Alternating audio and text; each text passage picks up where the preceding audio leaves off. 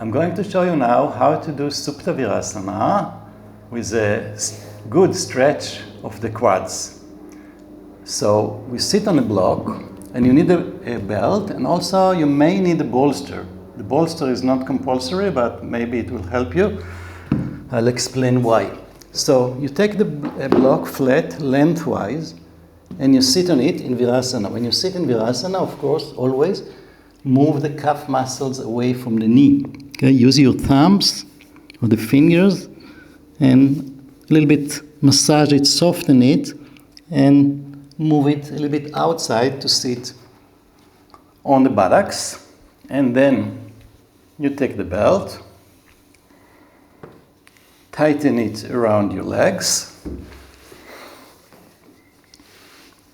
and from here you go to Supta Vīrāsana. So you lean back on your elbows, and then you need to extend the buttocks away from your lumbar as much as possible. So with your fingers, move the buttocks away, move your sacrum away, adjust the block so that the edge of the block, this edge of the block, supports your tailbone. And then arch over and shoulders down. Stretch your arms. So knees down, shoulders down.